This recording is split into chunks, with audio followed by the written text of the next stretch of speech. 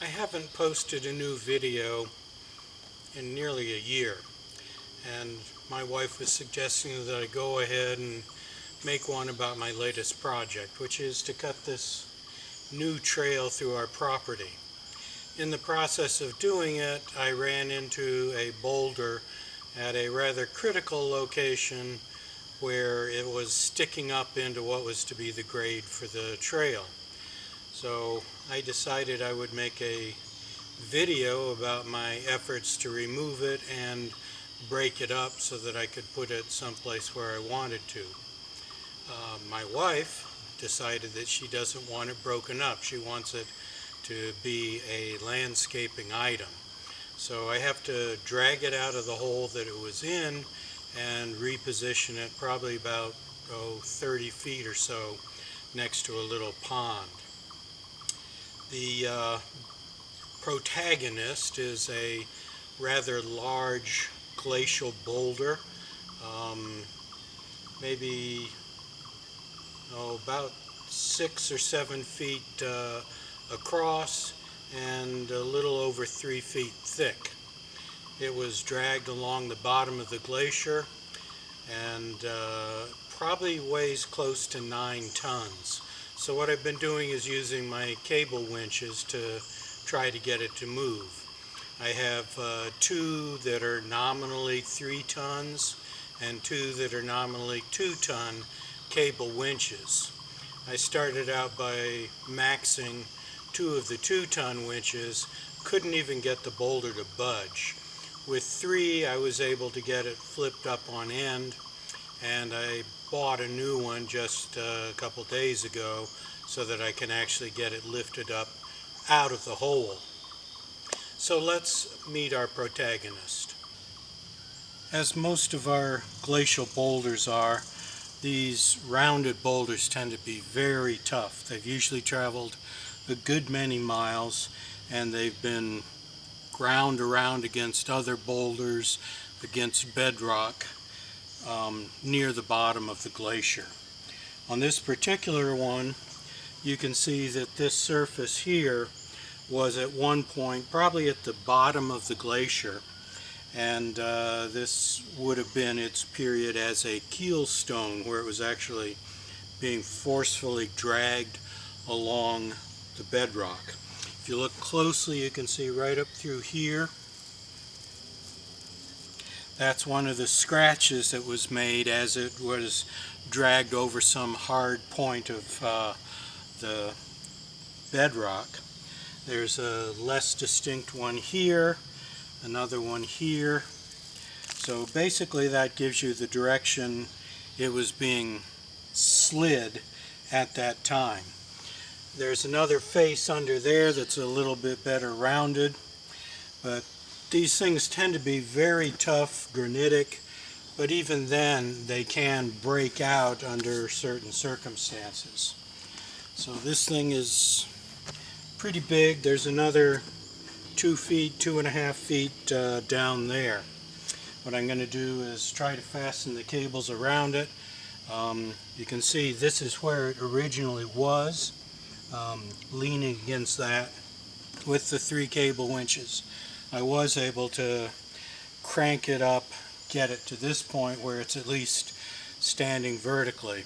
So my next job will be to fasten cables low around it and then finish pulling it over and then gradually work it up out of the hole.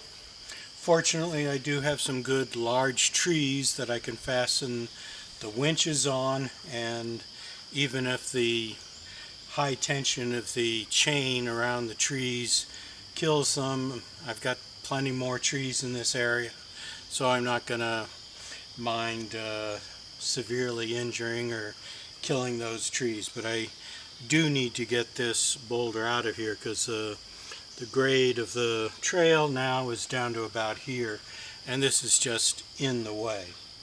So the next thing I'll do is show the setup I'm using to fasten the cables and how to keep the cables out of the dirt. I've cut these fairly large rounds from a red maple that got blown down last year, and what I'm going to do is set these on the edge of the hole so that the chain can come up over them and it will be off of the ground enough so that I can keep the cable winch up out of the dust, and they will be able to roll back as the rock starts to move. This is one of the fairly large poplar trees I've got that I'll fasten the chain around. I've already used this one to fasten two of the chains to that I use to tilt the boulder up.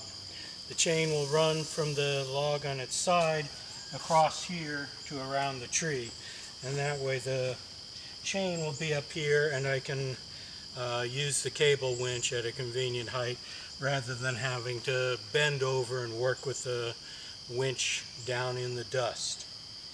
So we're going to go with 4 separate trees to spread the load out, because quite possibly if I tried to fasten 3 winches all to the same tree, who knows, I might even pull the tree over, because 6 or 8 tons of tension could be enough to uproot the tree. Most of the chain I'll be using is this heavy 5/16 inch chain, and it's heavy not just in the sense of being very strong, it's also heavy to lift. And I've got probably, with all the segments combined, about close to 200 feet of it here, and just lifting it and getting it positioned is a piece of work in itself. So I'll get started. This is the start of the setup.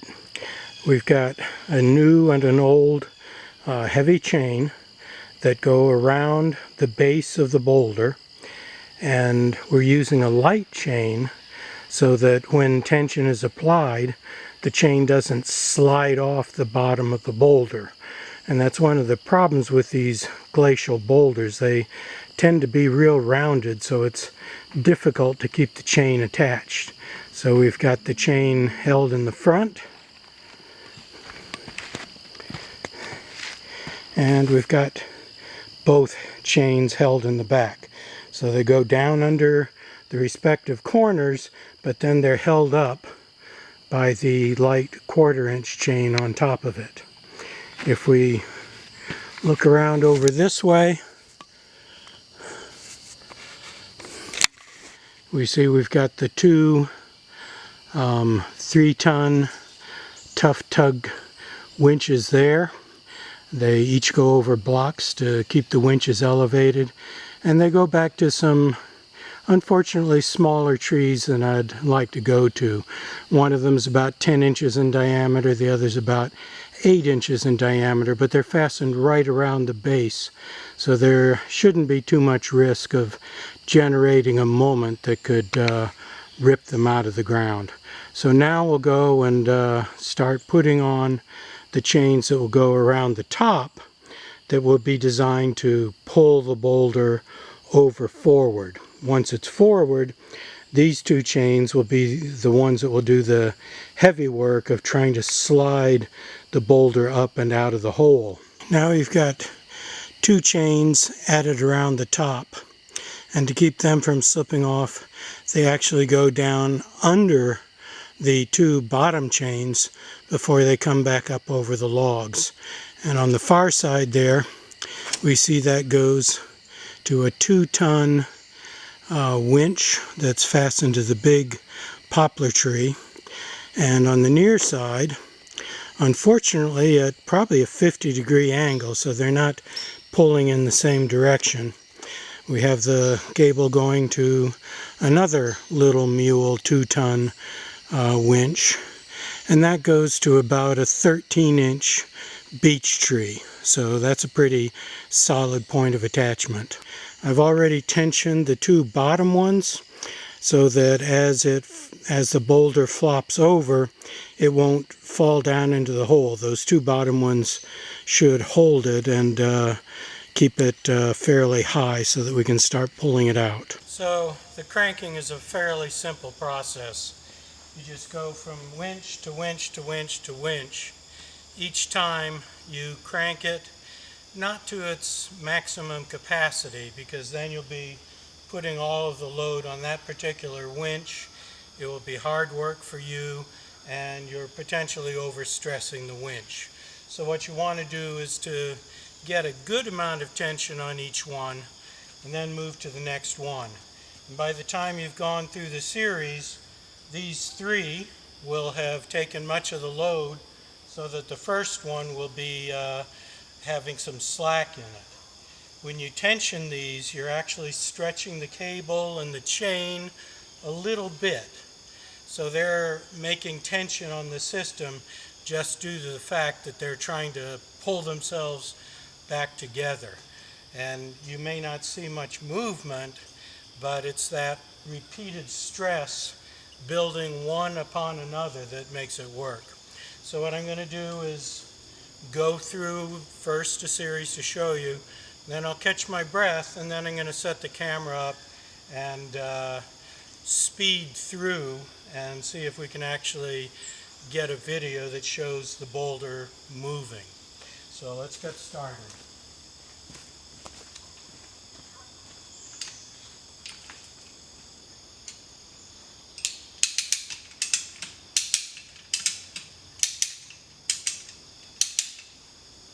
Enough for that one.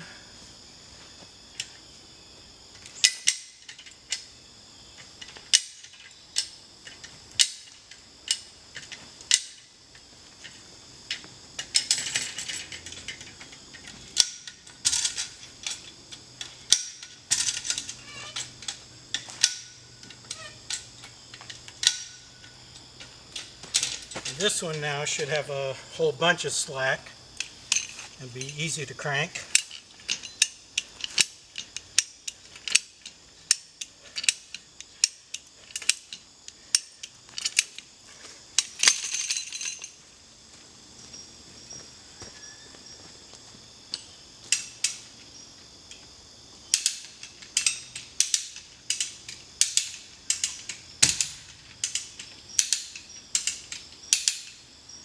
So you see, by the time I got back to the first one, it was easy to crank again. So now we'll set the camera up and see if we can actually detect motion.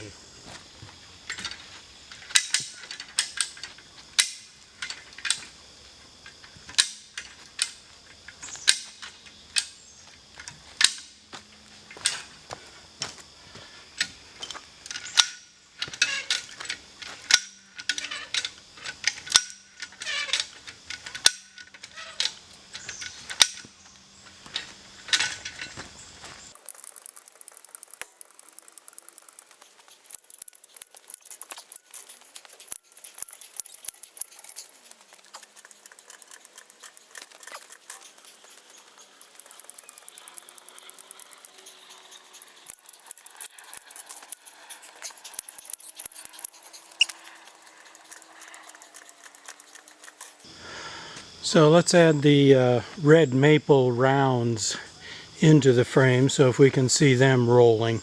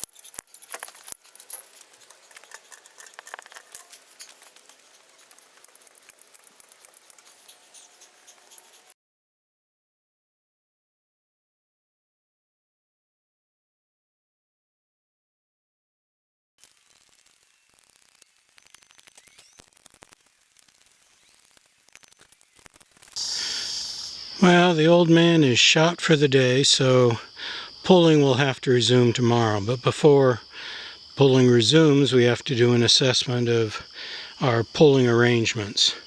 One thing we see here is that the throw for this particular tough tug is almost used up. If we pull another 1.5 feet, then that pulley will start bumping into the come along, and that's not good. Part of the reason this is an issue for the tough tug is that it has a 5/16 inch cable as compared to the little mule, which has a 1/4 inch cable. And when you have a large diameter cable, it wraps up on the spindle quicker, and that reduces your or that increases the moment arm that you're trying to overcome with the lever. And so as that buildup of cable occurs on the spindle, it gets harder and harder to move the lever. If we look at the little mule, we see that it's got lots of cable still available. This particular little mule, I think, had something like 25 or 30 feet of cable available, whereas the tough tug only comes with 20 feet. So when you double it up, you've only got 10 feet of pull, and we used up some of that just getting the cable, the chains tight, and then some of it we used up with the pulling. So one of the things we're going to have to do tomorrow is release this particular winch and reset it so that we've pulled a lot of that cable out and we have a lot more distance between where it's attached to the chain on one end and on the other end. So that's one of the things we'll have to do.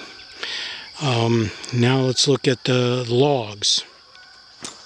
Here we see on this log that the two chains have nearly worked their way off of the end, and that's not good. You definitely don't want that to go off of the end. So one of the things we'll have to do is, when we reset this particular little mule, we'll have to adjust this log, rotating it counterclockwise and moving it over here so that the chain is centered on the middle of the round, and we don't have to worry about it going off. This next round is actually still pretty well centered. The issue is it's also pretty close to the boulder. So once we pull the boulder another 2 feet, the log will only have rolled about 1 foot, and so the boulder will practically be bumping into this round. This is a problem because both of the 3-ton cable winches are going over that log, and I don't want to release both of them so that I can move the log, because that would be putting all of the load onto the 2-ton cable winches, and I might potentially snap something. So this is just going to have to remain. Looking over here at this round, the round is nicely oriented, perpendicular to the direction of movement, and it's centered, so that one's great, and there's plenty of space, so that one we don't have to adjust. However, if we look at the supports, we see that this one is very close to the edge.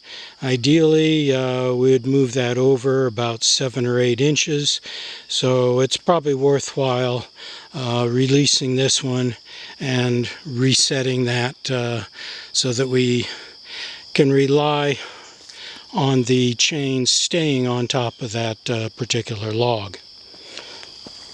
If we look at what the two 3-ton winches are supported on, that's kind of grim. One of them is in great shape, but the other has tilted and is only being held up by the fact that the chain is against the other log. So one of the things we're going to have to do when we reset this cable winch to get more throw available is we're going to have to take this log, center it, and move it back so that the chain is reliably on top of the round.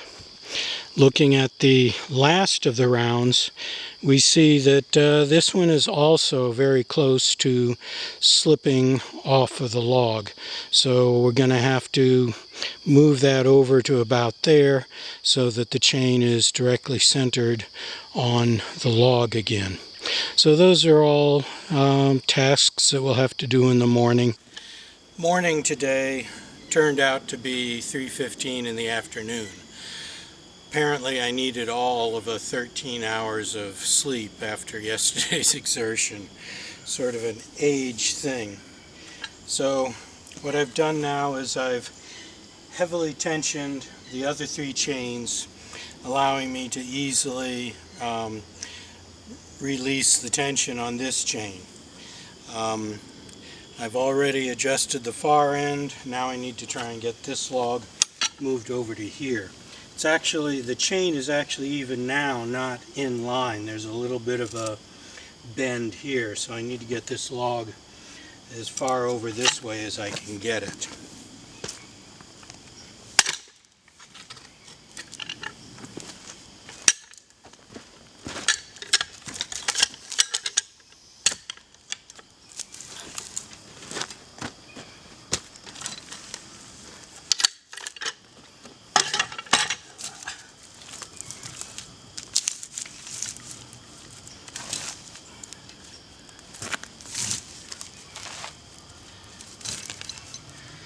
And that should be just about enough.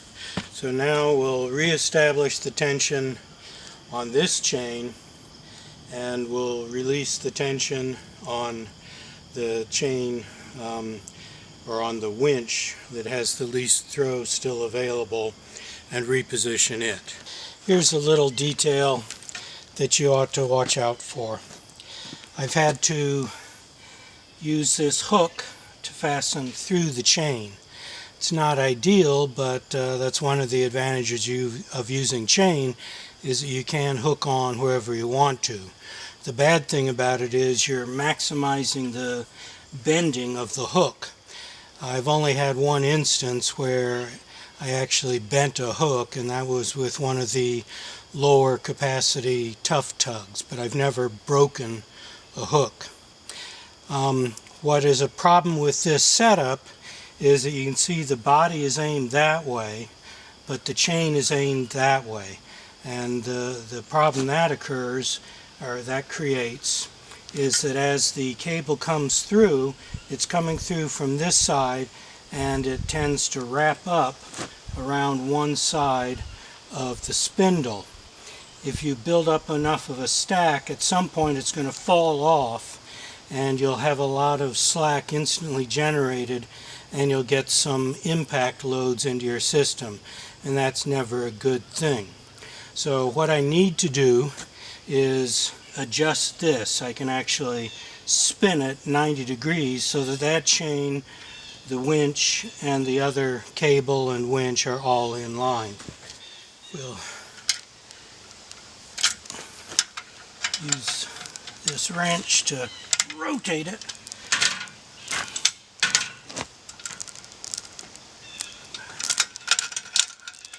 So now it's in line with the winch, and things will go a lot smoother.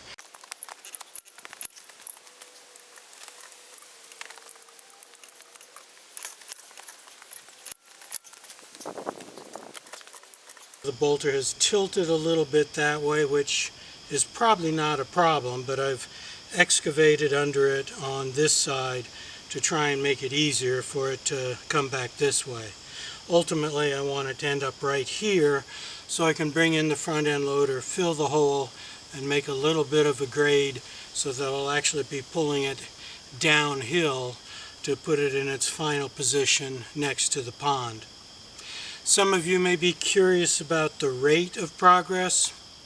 Right now it takes me about 2 minutes to go through one sequence of tightening the cable winches, and After doing that, it takes me around 6 minutes to rest. So 6 minutes plus 2 minutes, it's almost 8 minutes per round. I'm only getting 2 clicks each time I tension them, which is equivalent to about ½ an inch of movement. So to get 1 inch of movement, I'm really looking at 15 minutes.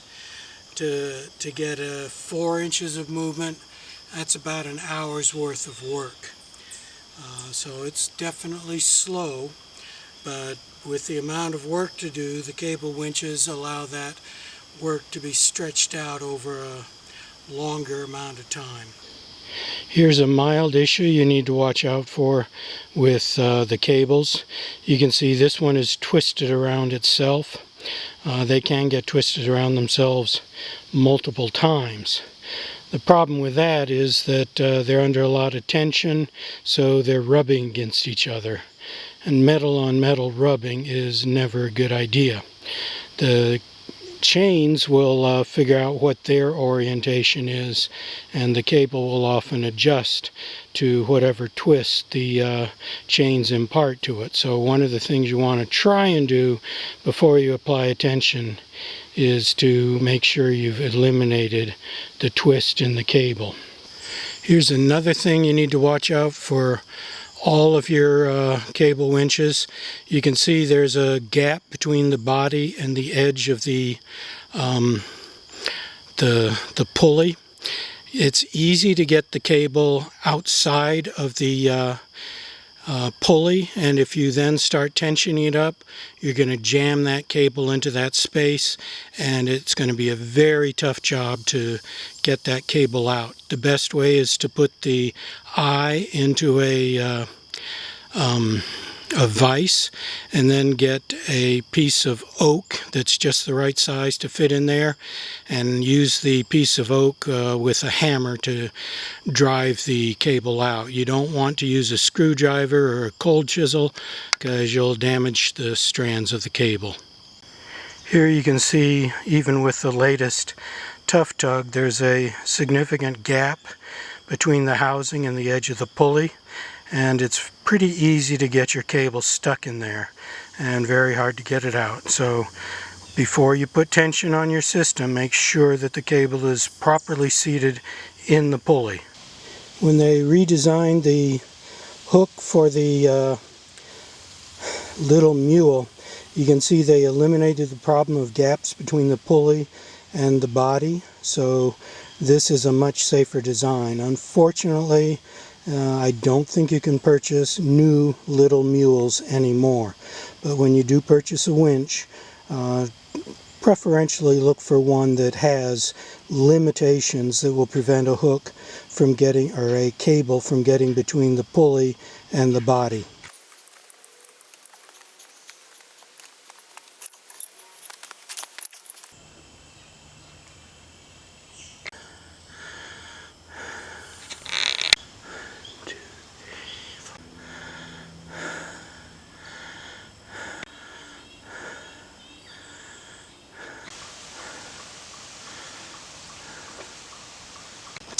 At this point, most of the weight of the boulder is up over the edge.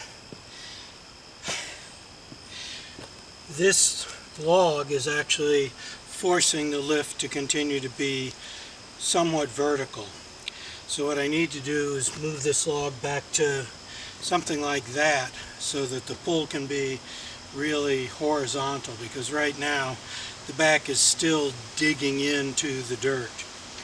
What I've done is gone ahead and maxed out the tension on the 2 outside winches, released some of the tension on these 2, because earlier I tried using this cant hook and I couldn't even budge it.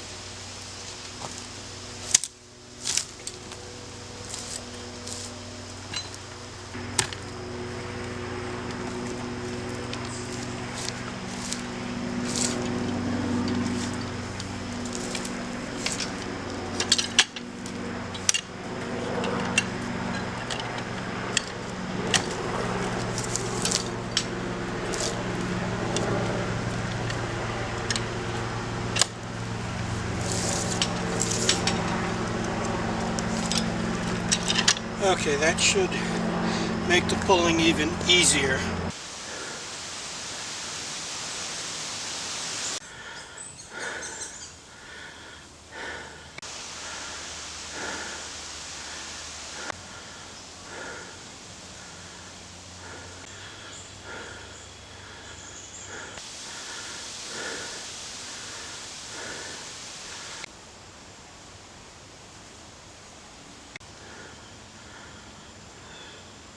The boulder is now safely up on top of the edge of the pit, far enough back so that I'm sure the slope isn't going to fail and let it come back in.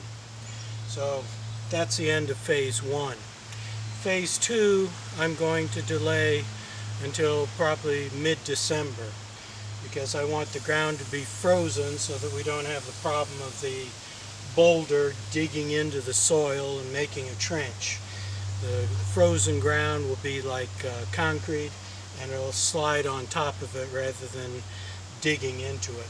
I may even help it by contributing a few buckets of water to maybe get some ice so that it can slide downhill into the prepared position next to the pond.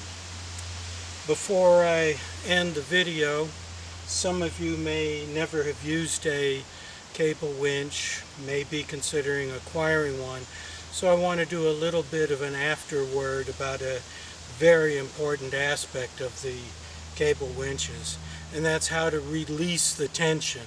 Because once you've put the tension on, you can't just disconnect it. You have to follow a procedure to undo all of that tension. So we'll cover that in a second.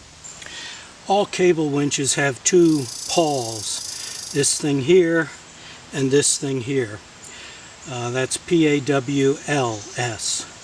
And one of them is attached to the handle and moves when the handle moves, and that's what turns the cable drum.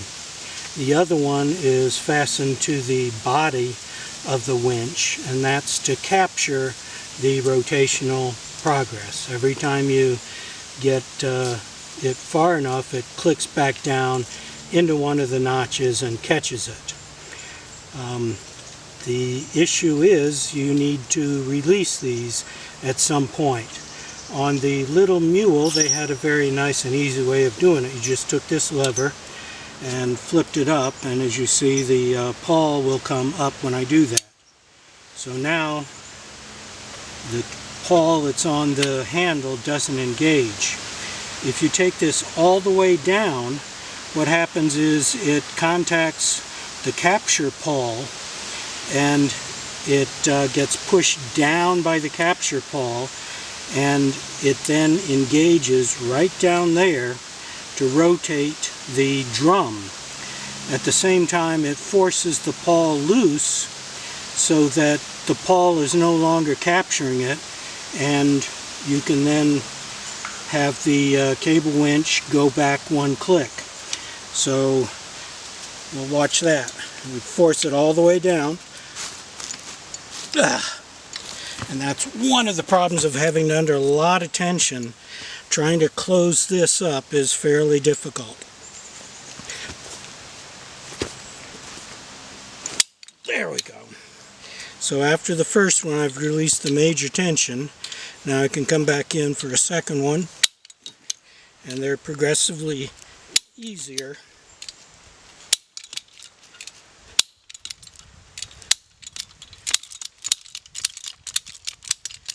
So that's how you release them.